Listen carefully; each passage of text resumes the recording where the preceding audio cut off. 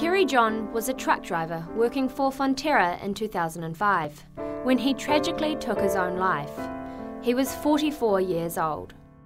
There was no warning signs on that day. I think he'd had it planned for a while. Everything was organised. The housework had been done.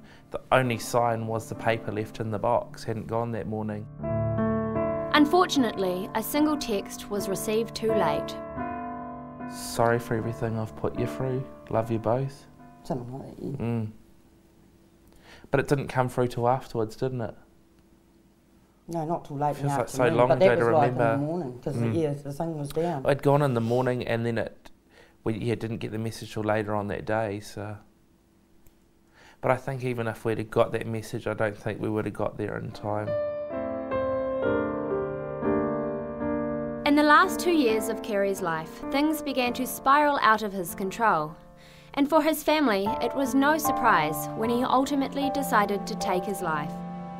When it happened, it was, I'd call it a time bomb that we knew was going to go off if we didn't get the help that we needed.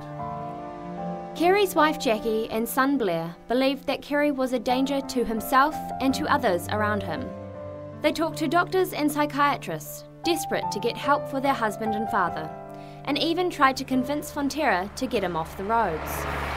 He was driving one Saturday morning and just rang to say, "That's it, I need help," and I pulled over. I said, "Don't shift that truck."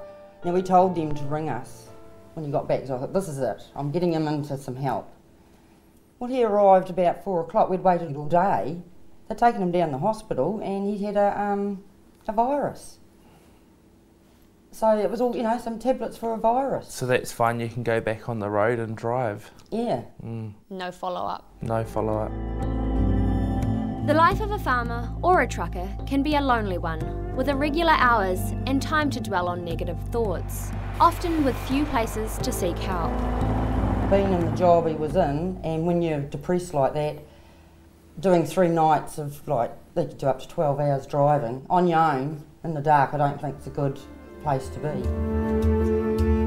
Both Jackie and Blair say not enough is being done to ensure the welfare of at-risk patients like Kerry, and simply prescribing pills is not the answer. They're happy to prescribe some medication, but not happy to follow up afterwards. I think he went months without going back to the GP, so...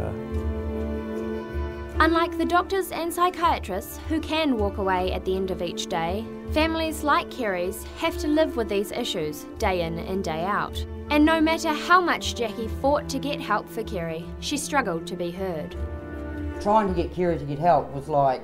Getting blood out of he would the arrive stone. back from work with a card for me and Blair to go and see someone. Sadly for the Johns, the help that they were able to give Kerry was not enough, and eventually he took his own life. Well, it's something you'll never forget. I think I've accepted that he took his life and he's at peace, But I think it's all the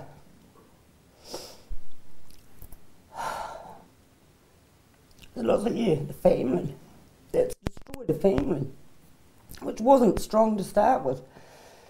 But yeah, it's all the difficult things like my kids aren't going to have a granddad, or, we don't have that. Yeah, it's just things like that you really miss.